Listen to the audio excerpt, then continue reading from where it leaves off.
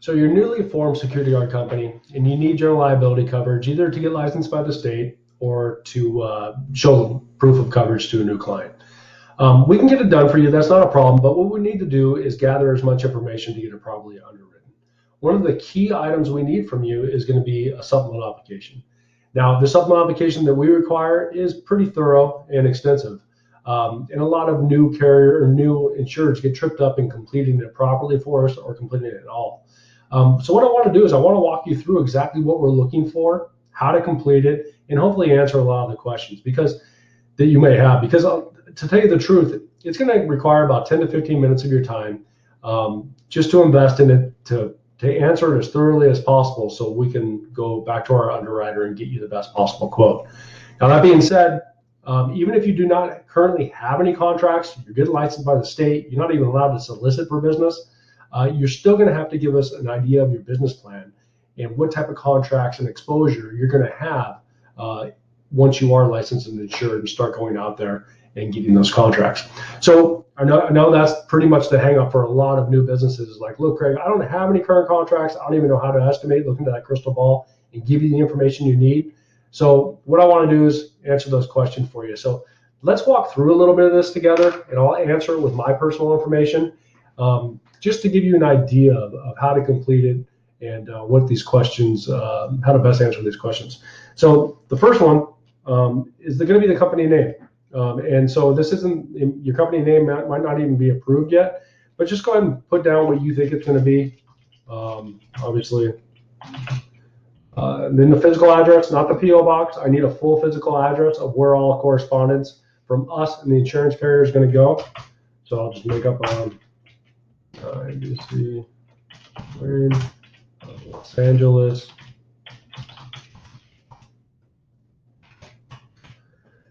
You have a different mailing address that you want all the correspondence to go, obviously, please put it there. I'll just put it on, let's see, and the person to contact.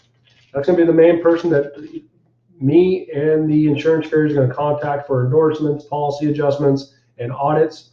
So give us a good contact there. That's usually the president for a new business startup and the best phone number to reach them at. Fax number is kind of obsolete at this point, but if you are using a fax, give it to us. We'll take care of it, or we'll correspond by fax. Most people, it's going to be email. That's pretty self-explanatory. If you're just starting up, you don't really even have, maybe you just established your business, give us the date, that, even today's date. We'll put something there. The federal ID number is the FEIN. If you have one already, give it to me. If not, you can leave that blank. That's not going to be a deal breaker. And then how the business is formed. I put mine as an Inc., so it would be a corporation. But whatever your business is formed, or what you think you're going to form it as, go ahead and give us an idea there.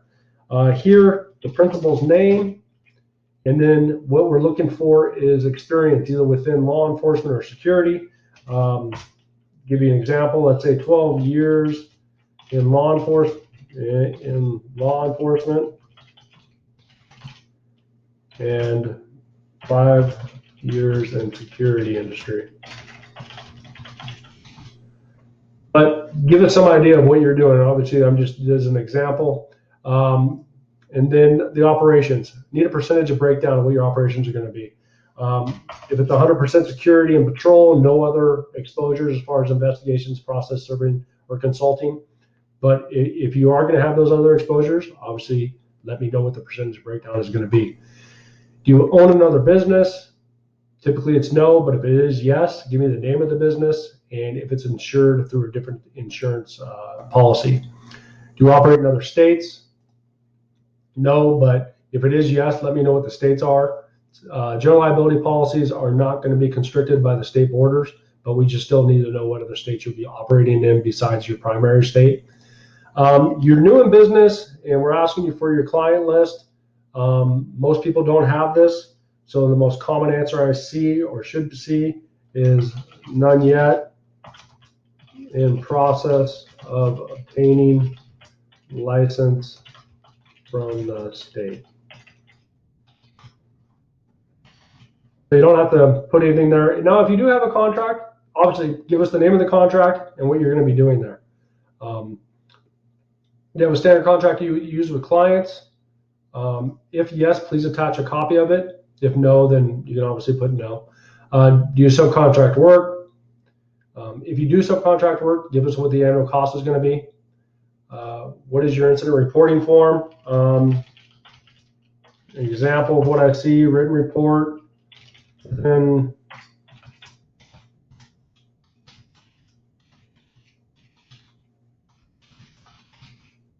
that's an example of what I see. So you're going to give a written report to the client and to the officer supervisor within 24 hours.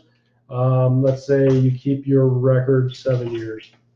But whatever you do, like whatever your process is, I'm just trying to show you what I typically see. Owner operator, let's say it's not just going to be solely you, you would answer no. If it is going to be solely you, answer yes. Let's say you're going to have one full-time employee and two part-time start out. Now we're just starting out at this point, not what you're going to be in 2 or 3 years, hopefully. If you're a new business, there is no average length of employment. And let's say between armed and unarmed guard, you're going to average your hourly wage of $12.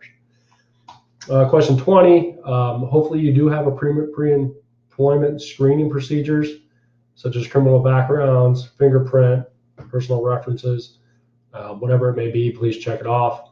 Once you do hire your guards, even if you don't plan to hire any to first start out, but when you do, even if it's in 6 months from now, what type of training is it going to consist of? If you are going to have firearms, then you need to check that. We're just talking liability at this point, and typically you're looking for it as soon as possible. The next page, page 2, limits. I always quote 1 million, 2 million. First of all, your statement, you might require less. I would tell you just because they require less, I wouldn't accept less. Any client that you have that is going to require you to have a 1 million, 2 million policy, so you might as well have that up front. And then $1,000 deductible is common. Additional insureds, the state, if you're being licensed by the state, they're going to ask that you add them as additional insured, and any client you have is going to ask to be additional insured. I always quote blanket because that way we can finance it over the 12 months. If we add it later in the policy term, you have to pay the full endorsement up front, which is about $500, anywhere from $300 to $500. So I always find it best to add it up front. Therefore, you finance it over 12 months instead of having to pay for it all at once. These other questions typically are not required of a new business startup. These are endorsements. That means they're going to be additional premiums to add. We can always add them later, but you will be required to pay for them all at once. Question 4, optional drone coverage. I don't see too much of that in new business startups. Over question 5, over the last 4 years, have you had any damages or incidents that may result in a claim? Hopefully that's going to be no. Hopefully question 6 is a no as well. Any insurance canceled, non-renewed? If it is yes, give me the reasons why that occurred. If you haven't had insurance in the past 4 years, then I would just put no prior here, and the rest is going to be left blank. Next page is a work comp. If you do need work comp, you can complete that. This is where people get held up the most, is because they're just trying to get licensed. They don't have any contracts, which we totally understand that. But at the same time, we have to have something to rate the policy on. So in order to rate the policy, we're going to have some type of exposure here. And these figures have to add up between your guard hours, estimated payroll, and the payroll listed by contract. So these figures all have to add up in some way. So let me give you some examples. So let's say you're going to have armed exposure. So it's going to be 50-50. You're going to have 1,000 of armed guard hours and 1,000 of unarmed guard hours. So for the payroll, the best way to figure it out, what are you going to pay your unarmed guard on an average hour? Let's say it's $12. And then what are you going to pay your armed guard hour average? Let's say that's 15. So for the armed guard at 1,000, and then you're going to pay them $15 an hour, it's $15,000 annually. Unarmed 1,000, you're going to pay them $12 an hour, that's $12,000. That's going to give you a total estimated payroll for the year for your guards at $27,000. I don't need the receipts. I need the guard hours and the payroll. That's how I came to that figure. I I would ask you to obviously to put in your own figures what you're going to estimate you're going to pay, but these numbers have to add up for the underwriter in order to quote. You know, if you know the number of guards you're going to have, please give those to me, but that is not as important as these guard hours. Let's say you're going to have one armed and one unarmed. If you do have a state license number already, please provide me that. And again, down here, you can put between those two, armed and unarmed. Let's say you're going to have no full-time, 2 part-time. You have any canines? No. If yes, answer the rest of those questions. Do you have GPS monitoring? Tasers? If you're doing retail, what is your apprehension and detention policy? I'm going to need to know that. If you're not doing retail, put in A. Firearms. If you do have firearm exposure, you're going to have to answer this question. You're going to have to answer yes to make sure that they're properly licensed, your guards, and you're going to have to answer yes to make sure those licenses are on file. The next one, part C, who owns the firearm that the guard is using? Typically it's an employee. And then what is the gun or caliber? And then also describe your gun control. Is it inspected before and after post? Are they using holsters? Are they required to have a certain amount of hours monthly at the firing range? You tell me what your gun control program is going to be. So now at the next 12 operations, I'm going to need to break down the payroll between armed and unarmed of this 27 by operations, by type of contract. Now, again, you may not have any, and we can't tell the underwriter, just everything and anything. We have to have an idea of what your business plan is going to be. And hopefully you have an idea as well, because that's how it's going to be rated. So to start out, let's just say you're going to do office buildings to start out. So I would tell you, you need to put that 15,000 of armed here, of wherever, and 12,000 of the unarmed here. That adds up to the 27,000. So now it's accounted for. So somewhere in here, and if it's other, you don't see it listed, you can put it under other. Let us know what it's going to be. But we need to have these three add up. I know I keep on going back to that, but the guard hours need to match up to the payroll, and that payroll needs to be broken out by type of contract. Again, if it's a business plan or just estimated, please just provide something so we can have it rated. The next page is these types of contracts. If you're going to have any of these types of contracts, we need more information on it. Airport, what are you going to be doing? Are you patting down passengers and doing baggage check? Hopefully not. Or if you're just securing certain portions like employee parking. Let us know if you are working at airports and what's going on there. All the way down the list. If it's government contracts, what type of government contracts? Are we talking transportation? Are we talking you're just at government offices doing front desk, checking in and exit? But give us an idea of what you're doing at these types of contracts. As much detail, more detail, the better. And then 7B has to be answered.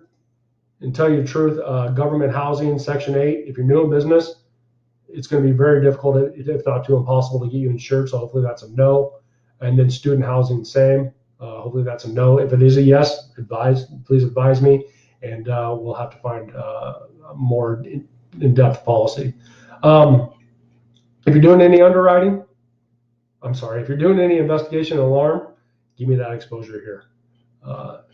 That is pretty much it for a new business startup.